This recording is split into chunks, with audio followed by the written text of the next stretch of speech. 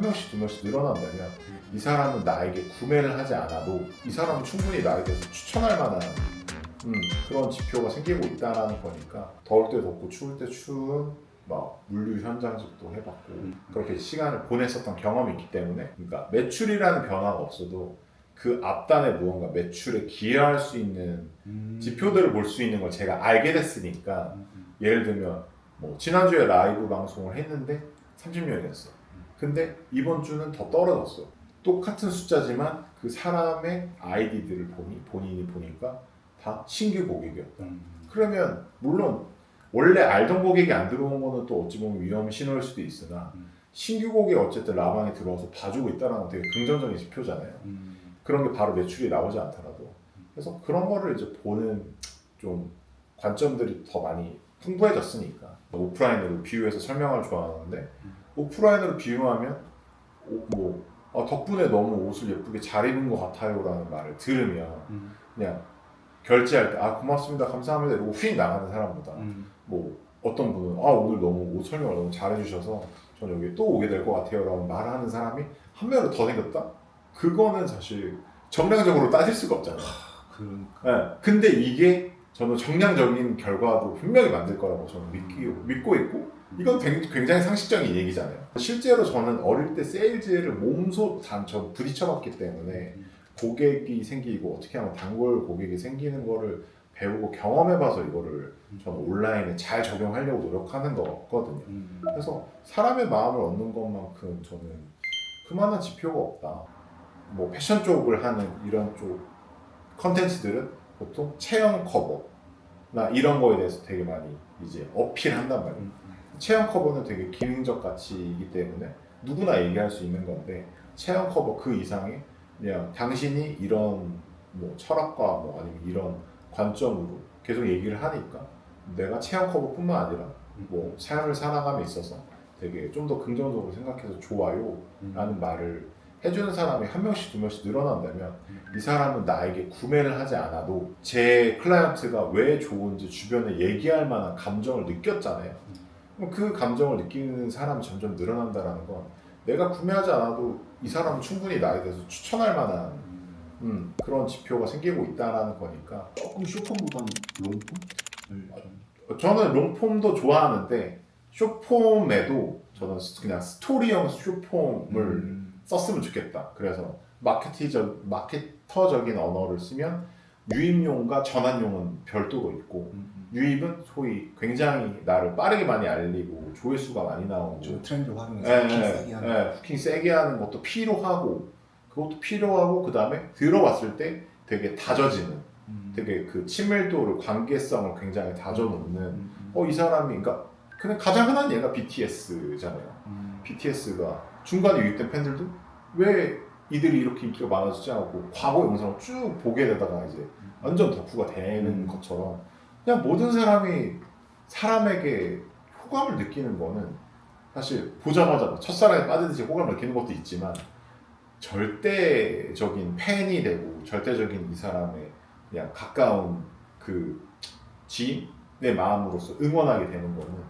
그냥 내가 계속 그 행보를 봐오다 보면 그렇게 되는 것 같아요. 맞는 것 같아요. 제가 실제로 알고 있는 분들 중에서도 그런 분들도 되게 많고 해서 대표님이 이제 뭐 쇼핑몰을 컨설팅을 하고 있어요. 네. 근데 쇼핑몰 컨설팅하는 분들이 많아진 거예요. 친해졌어요. 근데 그럼 사실 파이 나눠 먹기라고 생각이 드신 수도 있다고 저는 생각하거든요. 네. 그러니까 사실 그 사람들이 경쟁자일 수도 있는 거예요. 네. 그건 어떻게 생각하세요? 국내 힙합 씬이 굉장히 잘하는데 커지는 과정을 2001년부터 제가 이 시간 20년을 보고 있어요. 20년을 넘게 보고 있는데 덕화여시 그 어디 유튜브 채널에 나와서 한 얘기가 되게 울림이 있어서 제가 막 올린 적도 있는데 플레이어가 많아지면 씬이 커지는 겁니다. 왜냐면 여기에 대한 필요성이 있구나라고 인지를 하니까 파이가 커지는구나. 네. 전체 파이가. 파이가 커지는 거예요. 이거는 파이가 커지는 거고 그러다가 누구는 사라지고 누구는 들어오고 누구는 성장하고 그러잖아요. 물론 시장의 한계는 있을 수는 있으나 어쨌든 그렇게 늘어나고 하는 건 저는 전혀 개의치 않아요. 그건 또 좋은 말이다. 그리고 진짜. 오히려 그걸로 인해서 케이스 공부가 엄청 많이 되죠. 그러네. 나 혼자서 외롭게 하고 있는 것보다 누가 이렇게 해서 여기가 잘 됐네 안 됐네 어떠한 플레이에서 성장했는지 보잖아요. 그리고 내가 그 모든 내용을 들을 수는 없지만 뭐 귀동냥을 들을 수 있잖아요. 아니면 지켜볼 수 있잖아요. 여기는 이런 플레이라서 이렇게 성장하는구나. 어쨌든 겉으로는 보이잖아요. 또 궁금한 거는 그렇게 계속 보다 보면은 동종의 많은 사람들이 보면은 그거를 진짜 댓글을 또 지켜야 되는데 네. 이렇게 계속 이렇게 또 이렇게 자꾸 이렇게 네트워킹하고 이렇게 하면은 네.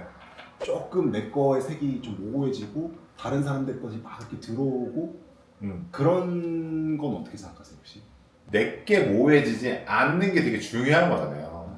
근데 사실 내가 발전할 때 되게 여러 가지의 뭐 그게 방법이든 철학이든 여러 가지를 흡수하면서 사람이 성장하는 거잖아요. 그리고 실제로 그 개인이 어떠한 일들을 겪냐에 따라서 또 굉장히 변할 수도 있는 거고 남의 거를 베껴야겠다는 생각이 먼저 앞서 있지만 않으면 그러면 저는 제가 모호해진다라고 생각 안 해요. 그게 업에 대한 진심인 거고 그 업에 대한 진심이 뭐냐라는 거는 저는 늘 얘기해요. 그냥 고객을 진심으로 생각하는 분들과 나는 일을 하고 싶고 그분이 잘 되는 걸 보는 게 그냥 그게 이 업을 하는 이유다. 그냥 장기적으로 오래 가려면 결국에는 본질에 집중할 수밖에 없는 거는 우리 모두 알잖아요. 그래서 그 본질에 집중하는 거가 뭔지만 있지만 않으면 대표님 사람도 난 광고로 막 효율을 이런 사람이 아니잖아요. 아니, 광고로 효율을 내는 건 좋아해요. 근데 그것만 써서 잘 되자는 아니에요. 그러니까. 네. 그걸 잘하려면 이 매출 체력을 다지는 액션들이 필요하던데 그건 광고비가 들어간 영역이 아니다 보니까 늘 제가 생각하는 건 고객을 진심으로 생각하는 브랜드가 연매출 1,000억 이상 되는 브랜드를 10개 이상 만드는 게 일단은 목표죠. 네.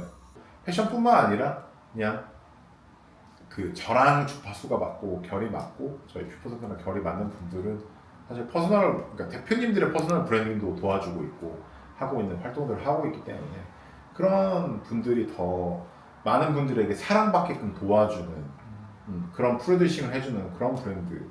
그래서 그냥 그 문장 하나 뷰퍼센트 고객사야? 끝. 그걸 만들고 싶은 거죠.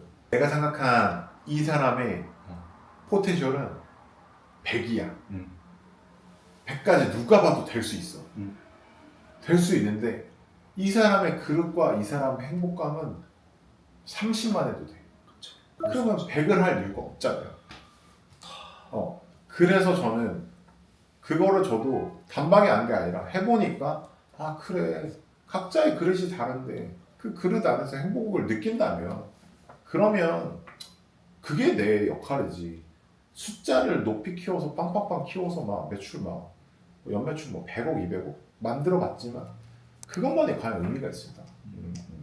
왜냐면 그 과정 그러니까 그렇게 하는 걸 하고 싶은 사람이 있고 그 정도는 안 해도 전 행복해요라고 하는 사람이 있는데 그러니까 그 100억 하는 게 너무나도 고통스럽고 전 이게 너무 항상 불안해서 너무 힘들어요라고 하면 그 사람을 위한 건 아니잖아요.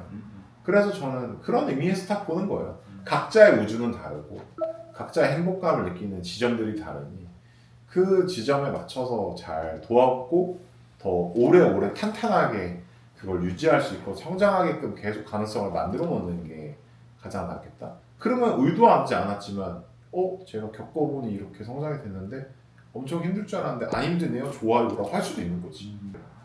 빠르게 성장시키는 거 솔직히 누구보다 잘 알아요.